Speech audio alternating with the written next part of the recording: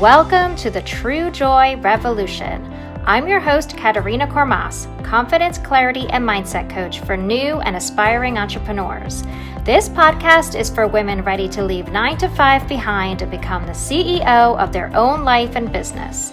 Each week, I'll be bringing you inspiring conversations with successful entrepreneurs who share their expert mindset and business secrets to help you cut through the overwhelm and take the steps to become the entrepreneur you were meant to be. This is where you connect to the life and business that is perfect for you and embark on the adventure that you were born to take. This is where the True Joy Revolution begins. Are you ready? Let's go.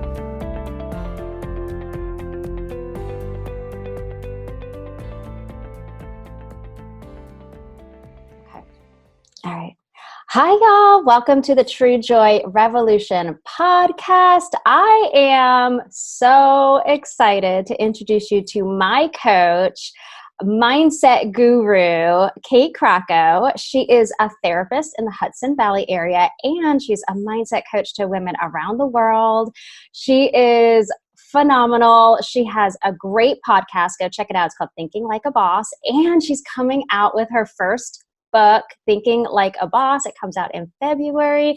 So much going on for you, Kate. So many exciting things. How are you? Thanks for being here. Thank you so much for having me. This is such an honor. It has been an honor to be able to support you these last year and a half. It feels like I've known you forever, though. It has. It feels like it's been a few years. Yeah. Feels like forever. And you have helped me come a long way. Oh, all I've done is help steer and direct you, and you have done all the work. So don't forget that. Yes. But I mean, the mindset stuff, which we'll go into, I mean, that is the only, that has been, I think, most of our, how we trip ourselves up is our mindset. Totally. Yeah. It's so important. It is. It is. So share with us, because I admired you so much because, when I first started working with you, you had already stopped to taking on therapy clients, and you were all in as a mindset coach. And you were a therapist for years, and then transitioned to a mindset coach because that's where your heart was taking you, and you're a mindset coach for female entrepreneurs. And then recently, after having 2 kids, you're a mompreneur, managing it all, and then you decided to go back and take on therapy clients again. And while you're hosting your podcast, while you have your book, I think you also are hosting the Morning Dose with Kelsey Chapman. Like, you have so much going on. Share with us your story. Thank you. Yeah. So it's one time at church, we had this couple come and talk about this book that they wrote together called Women Are Like Spaghetti and Men Are Like Waffles. And it's about relationships. And when I think of myself and my story, and most women, that's how we are. Men are in one box at a time. And as women, we're like spaghetti. We just go all over the place. Our stories go all over the place. And I always think, okay, where should I even start? So I guess I'll start back when I opened my therapy practice. It was, I'm a licensed clinical social worker, and I was working in some hospitals and clinics and never really feeling super fulfilled in what I was doing. I went to school, obviously, to be a therapist, and I did it because I wanted to help people. I wanted to work with people one-on-one, and I didn't do it for the paperwork or the audits and all the other stuff that comes with it.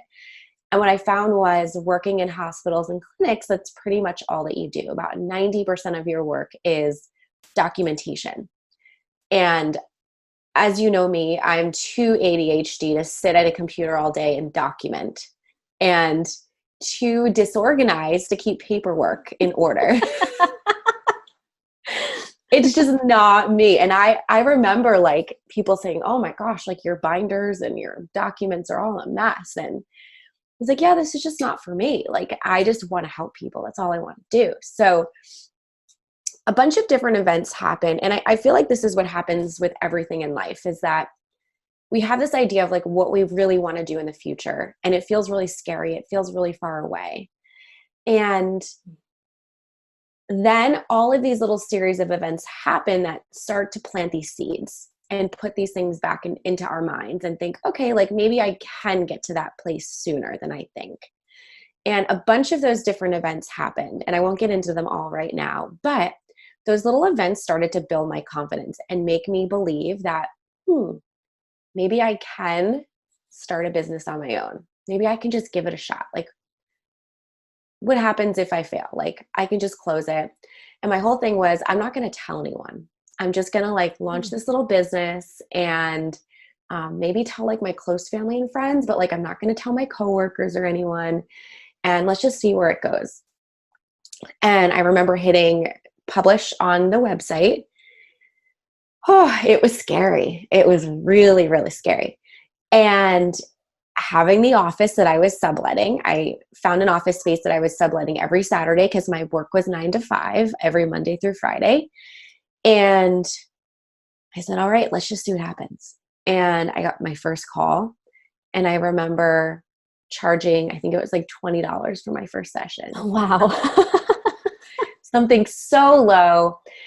I just didn't know how to price myself. I didn't know any of this stuff. And the stuff that I teach today is all stuff that I've gone through and through trial and error have really been able to figure out, okay, like this is how we do this and this is how we navigate that. And pricing, talking about pricing, boundaries, all that stuff was all new to me and really scary and uncomfortable.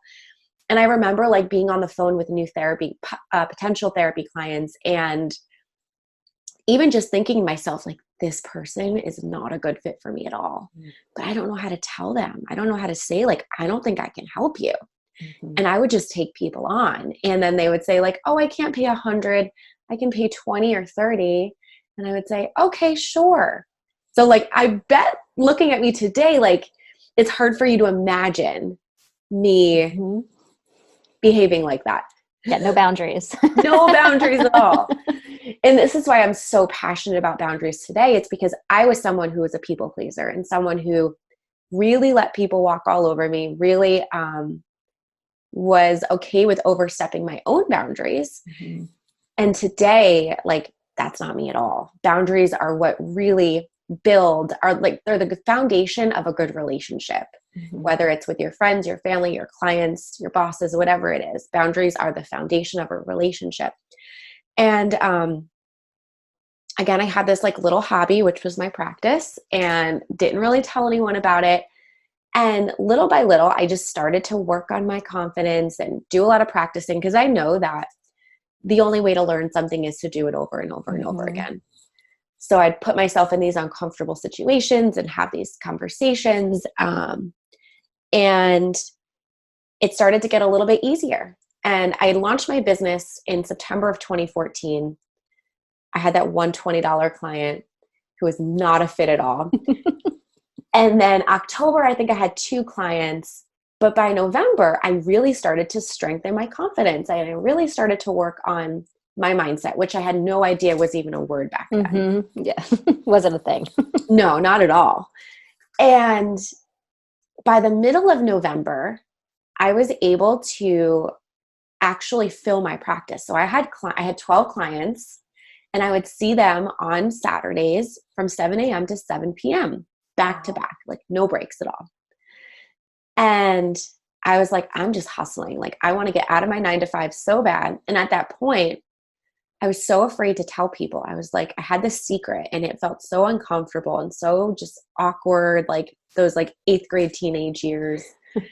But I remember telling one of my coworkers, I have a private practice, like whispering to her in her office. I could still remember. And she was like, what? Like, yeah. And I actually am like making enough money to leave this job. And she was like, what? Like it was such a weird thing. And I remember then going and telling my boss in December, hey, I started this like little sort of hobby thing and it actually is like turning into a business. So I think I might be leaving soon. And I remember like my bosses and everyone thinking like, I was a very good clinician. I wasn't the most organized clinician, I'll say that. Like my paperwork is not the best, but with leading groups and one-to-one work, I know I was doing a great job. And I was doing some leadership stuff at work. And I remember them saying to me, like, are you sure? You sure you want to leave a stable job? Like, is this really going to be a thing? Like, are you sure? Are you sure you're ready? Like, do you want to be here part-time? And I Mhm. remember thinking like, all right, maybe I could try part-time. And we like walked through this whole setup and like how I was going to do part-time. And then I realized I was like, this is not worth my time for Mhm. I think I was making $20 an hour as a social worker. And I was like, it's just not worth it. I'm just going to cut the cord and leave.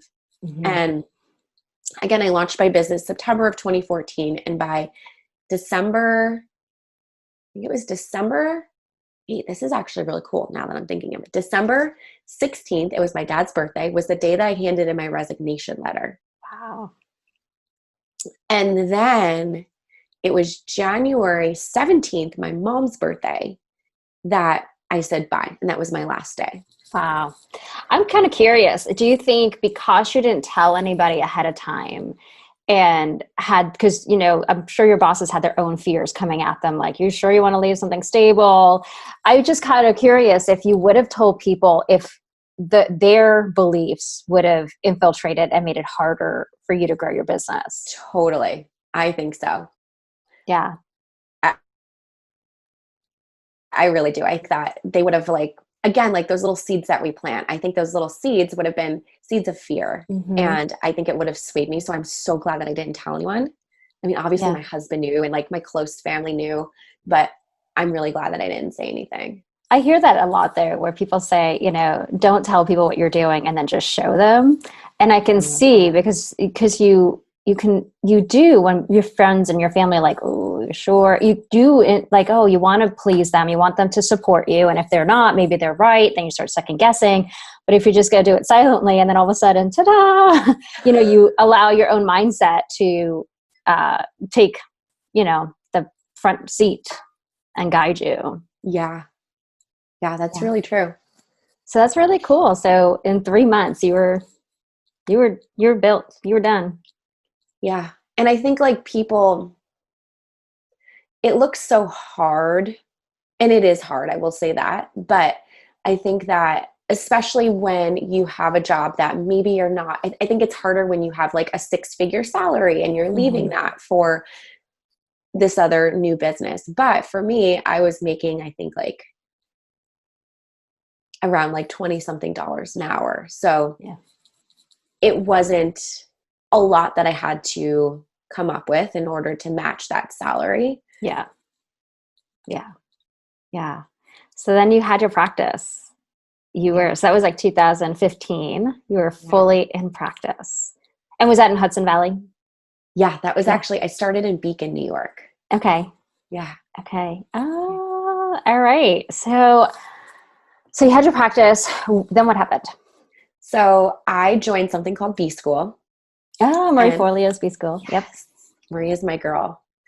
I shared the B School thing with everyone because it was it was like that next step of confidence that I really needed, because I started this business and I didn't know anything about business. Like I had listened to some podcasts, I had downloaded some people's freebies, and I was a really broke social worker, so I didn't have the money to make any really big investments. I remember there was this like private practice course that I really wanted to sign up for, and I think it was like $1,200 or something. And I remember thinking, like, that's like my life savings. Like, I can't afford that. But I started to make a little bit of money in my practice and started to save it away. And then I remember I had been watching a lot of Marie Forleo's videos, and I think the big things that really stuck with me that she would talk about and preach about was boundaries. Mm-hmm. And just like confidently putting yourself out there, not settling for something that you feel, not settling for the crumbs and the leftovers, but Mm-hmm. settling and taking what you really believe you deserve. Mm-hmm. Um, so I said, you know what? I'm just going to join this B School thing. I'm not sure why I'm joining. I guess I'll learn some business and marketing, but something is telling me I have to join. And it was almost $2,000. Wow. And I remember like I was scared. I have no idea how I'm going to ever pay this $2,000 off. What if this thing doesn't work? What if I fail? Like, what if my business fails because I just left a stable job? but something's telling me to try it. Did it and was introduced to this whole new world of, excuse me, online coaching. Mm-hmm. I had before then, I remember coaching as something I saw in the movies as like a goofy kind of life coach, like very woo woo. Yes. Yeah. Like something that was sort of a joke. Mm-hmm. And I was like, this coaching thing is really cool. So as a therapist, I was always told and taught that you don't share your truth. Like you don't share who you are. Mm-hmm. You can't share about your past. And let's just get real. Most therapists are therapists and go to school to heal themselves, and because they've gone through something in their past or someone very close to them has. Like, I don't think I know one therapist who's like never been to therapy or been on medication or had this perfect life. So I really was brought into the space of self-development, and I was like, this is really cool. Like learning about myself, learning how to weave in my story. I had been in recovery, and I'm still in recovery from eating disorder. And now it's been 10 years, almost 11 years. And something deep inside just kept saying, you have to share your story. Mm-hmm. And it was so against what I was taught in school, because again, you especially do not tell anyone that you've ever had mental health issues. Mm-hmm. Like you just don't do that. And I knew that if I did this, there'd be a possibility that I would have to give up my therapy practice. This is what I thought and believed. Yeah. That I couldn't do both. So went through B school, decided I really want to do coaching. And I actually, at that point, I had started helping other local therapists open up their private practices. I did some workshops and really felt like that was life-giving and really enjoyed doing that. Little by little, let's flash forward to, let's go to like August of 2015. This is almost a year after starting my therapy practice. There was just something in me that said, like, you've got to go public and you have to start talking about this coaching. Wow. And again, I was really scared. And I started working with my first coach at that time. Actually, a few months prior to that, I started working with my first coach, and she was also a therapist. So it made it so much easier. Mm-hmm. And she was like, you just have to share your story. And I'm like, I don't know if I can do that. Like, this feels like I'm going against everything.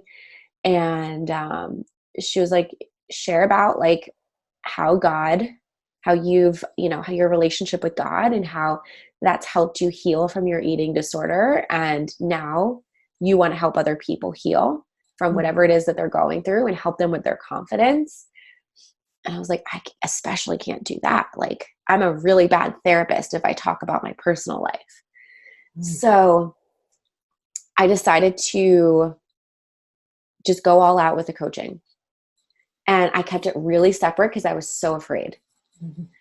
And if I'm going into too much detail, yeah, it's okay. Feel free to cut me off. I think it's interesting because, anybody coming from something and switching to another, whatever it is, right? Starting their own business. I mean, there's always, you take with it what that other life was like. And therapy is very restricted and structured. Yeah. Where coaching does have its ethics and stuff like that, but it is about building a relationship and being able to share your own personal journey with somebody else and help guide them to their own growth. But I think a lot of listeners understand, like, if they're stuck in a 9-to-5 job, they still have the beliefs of how that works. Totally. And then how to be able to see, how can I in something else? I think that's a common thing we all went through, going from 9-to-5 to being an entrepreneur. That's true. Yeah. So I decided, it was October then of 2015, October 12th of 2015, I decided to like officially launch the coaching business. And I remember back then, I actually had this plan. And I want to say this because I guarantee there's people listening right now who are thinking about starting a business or are sort of like tiptoeing around it. And they're afraid to like actually dive in and do the thing. So I remember saying to my coach at the time, I'm going to launch this coaching business officially January of 2016. And she was like, this was end of September of 2015, actually. And she was like, no, you're not. Like, she was a very blunt coach. I was mad. I'd get so mad at her all the time. So mad at her at this time. And she was like, no, you're not. You're going to launch it in 2 weeks. And I was like, I don't have a website. Like, my website's like barely done. I don't have courses built out. I don't have all the things. I don't have copywriting. She's like, you don't need it. Mm-hmm. Just launch it. I was so mad at her. I was like, I hate you. She's one of my close friends today. But I decided, all right, you know what? Let me just try, because I'm never going to be completely ready. Never. Never. There's no perfect time. Never a perfect time. And the longer that we wait, the harder it actually gets, because keep talking yourself out of it. It's not perfect. I got to do more. I got to do more. You just kind of rip the Band-Aid off and do it. Exactly. So I did it. I ripped the Band-Aid off, launched the business October 12th of 2015. And it was, you know, I thought that it would be as simple as my clients in. Wait, say that but again. I forgot. It cut out. Say it again. Sorry. Oh, come yeah. I thought that it was going to happen as quickly as my therapy practice did, with like clients like pounding at my door, wanting to work together. And I think here's the thing: when we're outside of something, we tend to forget, like, that 3 months that it really took me to build my therapy practice. In that time, it felt like eternity. Mm-hmm. It's like, why is this not happening faster? When is it going to happen? Blah, blah, blah. But then when we step out of it, I was like, oh, wow, 3 months to build a therapy practice. That's really fast. Very fast. So because I was out of it, I was saying to myself, oh, it's going to be a piece of cake. Like, I'll have a full roster of clients in 3 months. And it wasn't that easy. Mm-hmm. And now looking back, it probably took about 4 months or so to have a solid roster of clients. That's still quick. Exactly. But I remember back then, like, being in my head and being like, I am such a failure. This is never going to work. Mm-hmm. This is taking me forever. And I think that so often when we're in it, we just give into those lies. Yeah. And we look at everyone else around us. And that's exactly what I was doing. I was comparing myself to everyone else's business, people who had had businesses for years, and just feeling like, I don't know why it's not happening for me. Mm-hmm. Mm-hmm. Was there stuff that you had set up as a therapist that helped you become successful so quickly as a coach? I think so. I think that's a good question. The business foundation. Okay. And by then I was really good at boundaries, like in my therapy practice, mm-hmm. and really good at having sales conversations and talking about my prices and figuring out who would be a good fit and who would not be a good fit. Mm. So I had that whole year to really learn those business basics. Yeah. So that's actually a very good question, because for someone looking in, again, it could look like, wow, she launched her coaching practice and in 4 months she had a full roster, but they don't see the whole background, right? Yeah. Like, it really took a year and a half, if you think about it, of learning mm-hmm. business. Yeah. And meeting people and building a list and building a following. And yeah. Exactly. So I really had a year and a half of building up the momentum. And then, yeah, there's so much.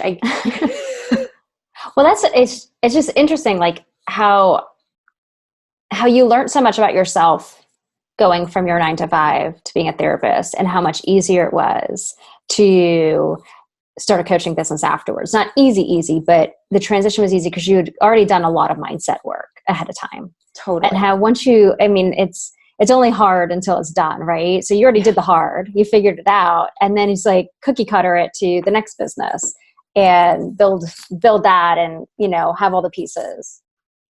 Definitely. It made it a lot easier. Yeah. But then you decided at some point, because that was 2016, you decided to give up therapy. Yeah. So my coaching business, this was like, yeah, winter of 2016. Coaching business really started to take off. And I was like, this is amazing. I can work from my yoga pants on my couch. I don't have to drive to an office. Um, like I get to just be myself. Because again, I had that limiting belief of like, I can't be a therapist. I can't sort of blend the two. Mm. Like, I can't be a human as a therapist. Mm-hmm. I need to just be a therapist. So I was feeling really constricted in my therapy practice. Like I'd go and I'm like, oh, I just want to give them advice. Like I just want to tell them it's going to be okay. And I felt like I was suffocating in my therapy practice. Mm. So my new goal became, I'm just going to be a coach. And my business really started to pick up, build a lot of momentum. I launched a whole lot of programs. I was making a lot of money in my business, and I was slowly losing touch with who I was. Wow. And really like losing touch with my relationship with my husband, my friend. Yeah, you're stretched too thin. Everything was this coaching business. Mm-hmm. Everything was the coaching business.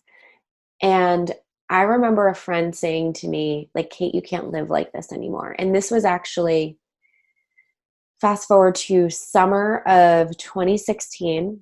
My grandmother had just passed away. Mm. And she had come to visit me the day before my grandmother's funeral. And she was like, you need to just like enjoy the moment more and like turn off your work. And I was like, I can't. Like entrepreneurs don't do that.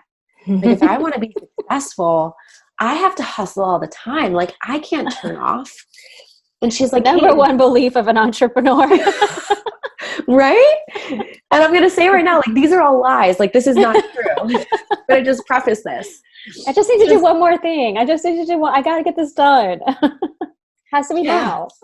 Yeah. And she was like, Kate, your grandmother just passed away. Like, take the day off. Mm-hmm. And I was so mad at her. This is another time. Sometimes I get really mad at people. I was so mad at her. I remember dropping her off at the train and being like, I don't want to talk to her for a little bit. Truth always hurts. I know. Oh, it really does. And that's why I was so mad, was because I knew she was right. And I knew it was true. And literally the following week was when I got pregnant with my first baby. Oh, wow. Literally the following week. I didn't find out until another month, about another 5 weeks, but it was the following week is when I actually got pregnant. And I did not know if I wanted to be a mom. Like it was just like a very big surprise. Mm-hmm. Talk about God trying to send you a really clear message. Oh my God. Yeah. That you need to focus more on life, on yourself. Mm-hmm. I was run down. It was actually crazy because I was working so hard that I actually stopped getting my period. Oh, So I you're didn't so even think, stressed. Wow. yeah, I didn't even think that I could get pregnant. I was actually going to go to the doctor to just get a checkup and say like, hey, is something wrong? Like, this is strange. This is like not happening anymore. Mm. Yeah. Another sign that you're too embedded in your entrepreneur world, taking on way too much, stretched too thin. And I think, I look back at one point I was working my 9 to 5 job. I had my side business on the weekends, my massage business. Even before that, I worked at a spa on weekends because I was trying to build a house and I needed money. Then I opened my own massage and wellness business. So I was working weekends and nights with my 9 to 5, and while also getting up to figure out how to build my coaching audience and blog and all that. And so I had no life. I worked because I felt like if I wanted to build a business, I had to do everything. Yep. All the hats, all the time, early mornings, late nights, burnout for sure. And thank goodness for chocolate. Or right? chocolate. They're so grounding. Like, hey, play with me. Hey, stop You working. forgot about me. I get the look like it's been 3 hours. You haven't even looked at me. Yeah. Yeah. But I can get where you were. So was that, so now you had a baby on the way. And so a lot of, women listening do have families and they're thinking, how do you manage it all? Because now you become a mom, life changes, your priorities change. You can't just leave the baby in the crib for not like a dog that I can just give him like an elk antler and he can chew on it. Like you can't do that with a yeah, no. No. So I think my biggest lesson was, well, first of all, God was like, all right, you're not listening to me. Mm-hmm. Your friends, your family, people have been telling you that you need to slow down. You're letting your ego get in the way. Mm-hmm. You're not listening, so I'm going to make you listen. And I was out for like that. I found out I was pregnant end of August, and I was pretty much out until Thanksgiving. What do you mean out? Like Sick? just sick. Oh gosh. In bed. Wow. Also depressed because I'm like, I have no idea what I'm doing. Mm-hmm. I don't think I can be a mom and run a business. Oh. Aw.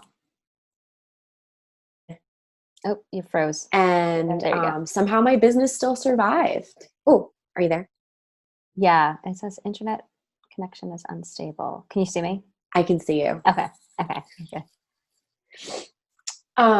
But somehow the business still survived. I had a lot of systems set in place. I had a really amazing online business manager who had a team under her who were doing a lot of the marketing and stuff for me. And at that time I knew I was like, I can't do everything. So I need to just do one thing. So that's when I decided I'm going to transition my therapy practice and close it in the spring when the baby's born. Mm. Which was tough because it was my first baby. Yeah. But I knew I would need to start setting more boundaries with myself and closed down the therapy practice that spring of 2017, had the baby, and I have really just learned over the last couple of years, you have to it always looks like when someone, like I remember thinking, wow, like I don't know how women do it with like taking care of their dog and having a business. And like, I remember that feeling overwhelming to me, like thinking about getting a dog, like how does she do it all? And then the same thing with kids. Like if I can't handle things right now, how am I going to handle it with kids? Mm-hmm. But we all have the same amount of time, and you just learn to change your priorities. You learn to set stricter boundaries. Mm-hmm. It's kind of like forced to only focus on what's important in the business and not all the other stuff because you don't have the luxury of focusing on everything. Like you literally have to choose one thing in your business to focus on and one thing in your life to focus on in order to do it all. Exactly. So sorry, I just got real close. I just had to grab a tissue. Okay. A little bit under the weather still. But so when I look back, I work a lot less now. I'm able to spend a lot more time with family, with friends, with my husband, and my life is so much fuller. And I think that's the biggest fear for a lot of women is that like, maybe I want to be in a relationship. Maybe I want to be married. Maybe I want a family someday. But like, if I can't handle this right now, how will I handle it then? Yep. Well, it goes to priorities. Like we think everything's important right now because this is the way our life is. And then you add something in and it's kind of like you naturally go, I can't do it all. So then you really get to know what's a priority in your business. You really get to know it's a priority in your life because you can only handle so much. It's like nothing was really a priority, even though you said it was. And 100%. Then you really, as you add elements, I remember building the house and getting the dog and having the same, I didn't even have kids. I wasn't even married. And I was like, I don't know how people do it. I have a house to take care of. I have a dog. I have to be home so many hours to let him out. And how do I how do I do it all? And I'm slowly learning you just don't do it all. Yeah, Because it does, all is not what you need to be doing. It's not important. exactly. So like you learn what really matters. Like I remember holidays and yeah, like holidays, people's birthdays, like back in the day, like putting so much pressure on myself. Like I need to make all these Christmas cookies or I need to get them the perfect present and have it beautifully wrapped. And nowadays I'm like, hey, it's your birthday. Like, I'm going to just take you out to dinner. Mm-hmm. You know, like the present really doesn't matter. I threw it in a bag. Here it is. Here's your gift. Oh, I usually don't even have a bag. I'm like, here you go. Literally, actually, two friends launched a book the other day, and I wanted to pick up something little to give them. And I got something for both of them at Marshall's, and I literally took it out of the Marshall's bag. It was like, go for you. And yet they probably understood after writing a book and hustling and having their businesses, like, I don't even have time to unwrap it anyway. So yuck. So your priorities just change. And I think what I want to say to women is that you can do it all. Like you can have everything that you want and desire, but you're going to have to make some other sacrifices. Mm-hmm. And you're going to learn again, like your priorities and what means the most to you. And boundaries are just, they're that has to be learned. Yeah. I think it's also it really goes to faith. And I think you taught me this a lot about, you know, your clients, no matter what your business is, whoever's meant to be for you, right? You can do all the marketing you want, but you have to trust that God's going to send you and provide for you the right people at the right time. And like recently, you know, I have the two businesses and I really struggled with really wanting to grow the coaching business, but the massage business took up a lot of time. And it was when I released it and was so grateful for the massage clients and how much it was giving me the energy and the money to focus on coaching that life changed, because I had the faith that, okay, God knows what I need. And this is heart-centered, a calling for me to do the coaching and the massage business. It's interesting because both started to pick up in business, because I wasn't like, I gotta control both and I have to. It's really, once I had the faith, it was kind of like God was waiting for me to be like, okay, do you trust me? Yeah. I've got this, that everything changed. But when you're trying to do everything, you don't allow that space to be grateful for what is actually happening and how little things are actually leading you to where you need to be, if that makes sense. Yeah. And it's been so beautiful to watch that for you. Yeah, but I think you went through that too. Like you actually had to trust that if you backed away because you now had a family, your whole business changed from there. Yeah. Yeah. I think when you can start to practice that, it almost gets a little bit fun. And like a friend and I used to call it like the lean back game. Like how far can we actually lean back and things still work out? Mm-hmm. Yeah. Like how little can we actually, like when our heart is 100% into something, how little of the actual work do we have to do in order to see a big result?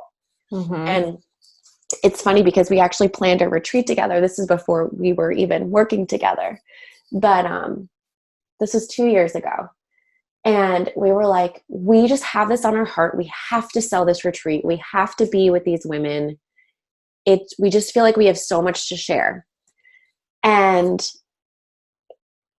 we were like, let's see how little planning we can do. Let's see how little, like, let's only post it one time on Facebook. Let's only post it one time on Instagram. Like, let's see how little we can do and still see if it works. Like, let's see how meant to be this retreat is. Wow.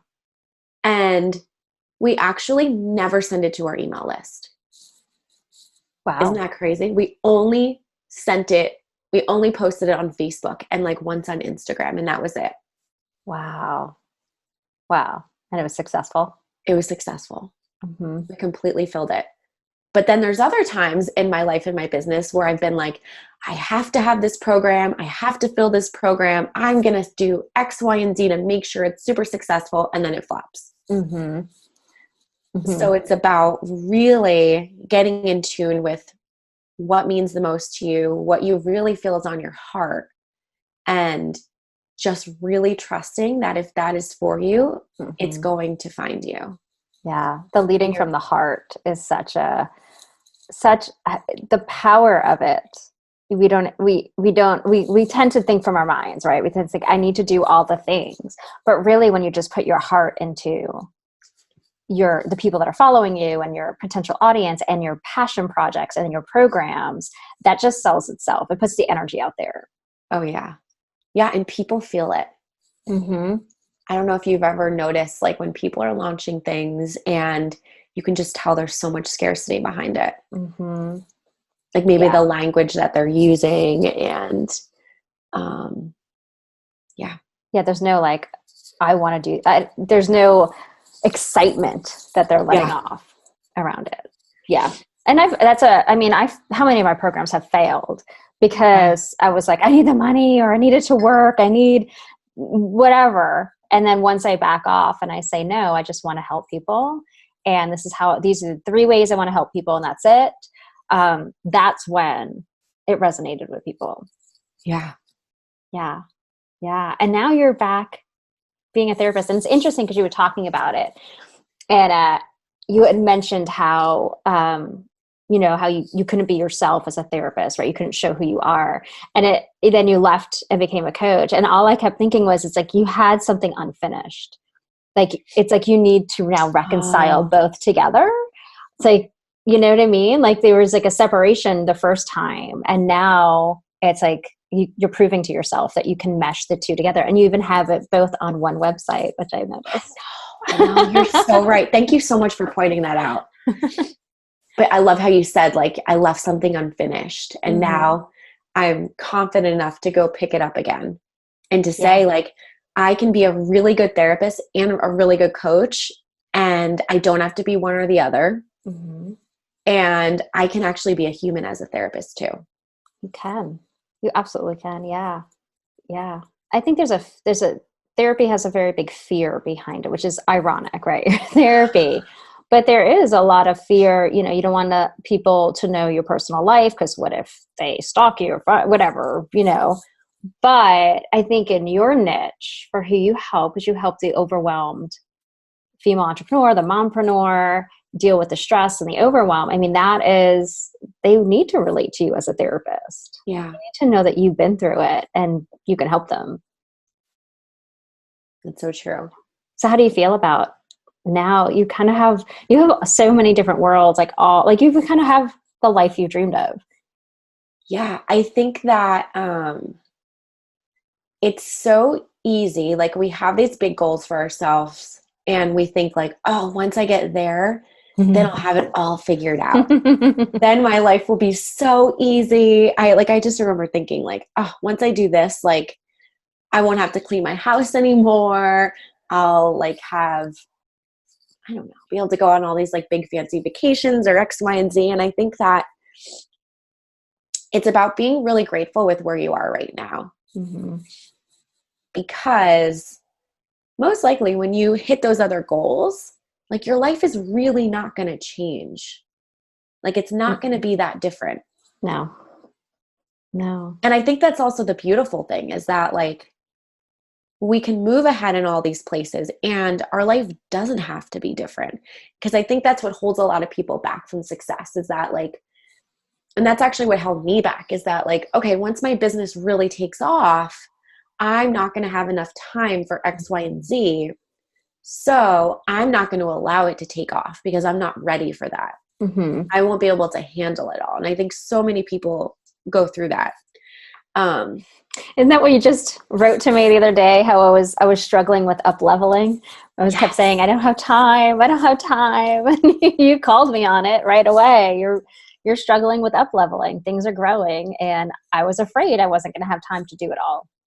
Yeah. Yeah. And you just figure it out. Mm-hmm. Yeah. Always figure it out. Yeah. And I think that, I think like one tip for our listeners today is just really like, if you have something on your heart, something that you're dreaming about, you really want to make happen, but you're afraid to go and do it. If you have the opportunity, just say yes. And then figure it out after. Yep. Like, don't figure it out first and then wait for the opportunity. Just say yes and then figure it out, because you may never have that opportunity again. Or the other thing is, you're never going to be ready enough to say yes to that opportunity. There's never going to be a perfect time. You're never going to have enough money. It's just do it and figure it out. Like I tell people, it's a try and tweak method. You just try it. Doesn't work out. Whatever, you try. I love that. Or it works out slightly, but you have to tweak it. But at least you started, because the hardest part is starting. So just do one step, and it doesn't have to be you start a business all at once. Maybe, like, I was talking to somebody the other day, and she wanted to start a craft business selling her crafts. And she was so overwhelmed by it, but she just started by creating crafts and then getting a contract to sell at a market. And it's like, that's it. That's starting, right? You take piece by piece, but just do it, because it's never going to be perfect time. Never. And you don't have to do it all at once. Never. I love that. Try and tweak. Try and tweak. That's so good. Go ahead. No, go ahead. And no, so you've gone through a lot of mindset things. What were the biggest things you learned in terms of mindset and your entrepreneurial journey?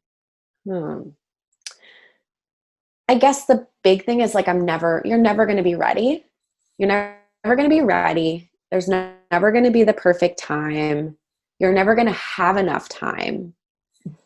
I'm just sort of thinking of like all the chapters in my book.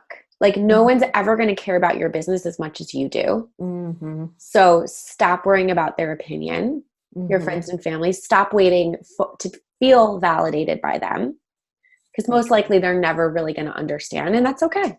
My parents have no idea what I do for a living. And, again, like, you're never going to be qualified enough. You're never going to feel young enough, old enough, smart enough. You just have to do it. Mm-hmm. You just have to get started. And I'd rather live a life of falling, making mistakes, at least knowing that I tried, rather than living a life and saying, like, what if I had just tried that? Yeah. And you do build your confidence, and you get a stronger mindset the more you take the action. You might not know how to do it now, but you just take a small action. You realize, I can learn it. I can figure it out. I have more than I thought I did. I know more than I thought I did. Then you figure out that all of us are making it up as we go along, and none of us know what we're doing. I was going to say, we are all winging it every single day. That Oprah Winfrey knows everything. She figures it out. Everybody, we all just, the difference is that they tried it. They tried. Exactly. Every person we look up to has failed miserably. They just don't post it on a daily basis on social media. Yeah. But they tried it. Yeah. Yeah. So what 3 tips? So women out there, they're ready to live life their own way. They're tired of feeling stuck and stagnant, ready to start taking action. What 3 tips do you have for them? I would say the first is to not look at failure as failure, but to look at it as redirection. Mm-hmm. So this didn't work because it's not actually supposed to work, but it got you going in the right direction. Like, you're going to go on this other path now, and this is where you're supposed to be. So that's my first tip. Love that. Second tip, again, I would just say, is say yes and figure it out after. Mm-hmm. You're never going to be ready enough. Mm-hmm. Yep. You're never going to have enough time. You're never going to have all the things. And then lastly, I feel like I need to give a good one. They're all good. But like, end with like a bang, I would say for the last one, this is sort of a simple one, is just really listen to your intuition. Such a big one. Stop listening to everyone else. Do what you feel you're really supposed to do. Do all of the steps that you need to make that thing happen. but then just step back and surrender. Mm. Do not hold on so tightly. And it's like a whole bunch of tips in one, but it's sort of like a little process, is like really figure out what feels best, what you feel called to do, go and do it. Do all the steps that you can in your hands that's possible for you, and then just surrender it. Mm. Yeah, and what's supposed to happen is going to happen. Detach from the outcome. I always think of an arrow, like you're shooting an arrow, you have the target and you can direct it, right? You could do all the things to make it go in that direction, but you can't go chase the arrow and move it to where it needs to go. Like it's going to land where it's going to land. So and then you take it from there and you redirect the path and try somewhere new. That's so good. Yeah, that's a good one though. Detaching from outcome, I think it's so powerful because we want to control everything as humans. we want to know exactly that this is going to be successful, but everything is successful in what it's meant to teach us and what it's meant to do on the journey, because it's not about the destination. So as you said, I know how many people have successful programs or successful products, but then they realize it's not really right for them for some reason. And they tweak it because it doesn't feel right. It's not giving them what they want. So they try something new. It doesn't mean it was a failure. It just means they learned something about themselves and they tried something else. Definitely. Yeah. Yeah. So your book comes out in February. Yes. Yay. So exciting. It's on Amazon for pre-order, Thinking Like a Boss. Your podcast is fantastic. You interview entrepreneurs who share their limiting beliefs, the big limiting beliefs that held them back. Did you freeze? Oh, there you go. So where can everybody find you and follow you? My favorite place to hang out is Instagram, Kate Crocco. I would say then come subscribe to the podcast, come listen to the podcast, because I usually give a lot of like updates on there. You hear about happenings and everything. So podcast is actually one of my other favorite places to hang out. Yeah, you have a good one. Thank you. Yeah, perfect. And they can pre-order your book. Well, thank you so much. Your story is so inspirational. You don't have to figure it all out and stay in one thing. You can always try something new, go back to something, put it all together and mesh it together. You taught me that with my 2 businesses. I'm now kind of meshing my coaching with massage. Like there is no just one thing. There is no, what do you want to be when you grow up? It's not just one thing you want to be when you grow up. You can just make it all happen because it's all about you and your journey. So I love that. I love your story. Thank you so much for sharing. Thank you so much. It was such an honor to be on your podcast. And I just love what you're doing for women and everything that you're spreading with this message. Oh, thank you so much. Thank you all so much for being here and for joining us for True Joy Revolution. We will see you next time. Hi, Joyful Lady. Thank you so much for listening to the True Joy Revolution podcast. I want to invite you to join the Joyful Business Society Facebook group. This is where you'll receive coaching, support, guidance, and friendships, all the things you need to live your best life and become the CEO of your life and business. You'll receive VIP access to trainings and new resources, and even discounts on courses and coaching. So pop over to Facebook and search for the Joyful Business Society and join today. I look forward to seeing you in there. And if you liked what you heard today, help us spread the message by leaving a review for other women to see and be encouraged to subscribe. Your reviews go a long way with helping this podcast be seen by those that are ready to live life their own way. So thank you so much for helping us spread the love and helping other women embark on their own True Joy revolutions. So thank you so much for being a part of the True Joy Revolution community. I really appreciate it, and I'll see y'all next time.